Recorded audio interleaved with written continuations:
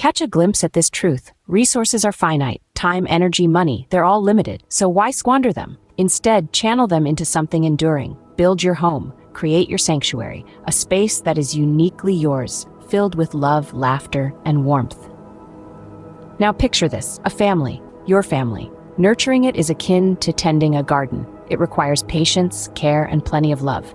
But the fruits of your labor? Priceless. They are your legacy, your pride.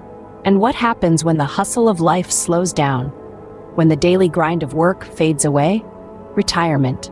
It's not the end, but the beginning of a new chapter. A chapter that is written at home. So build it while there's still sand in the hourglass. Remember, it's the roots that support the tree, not the other way around. Nourish your roots, water your tree, invest in what truly matters. Don't forget to subscribe, and remember, your home, your family, they're your most valuable assets. Treasure them.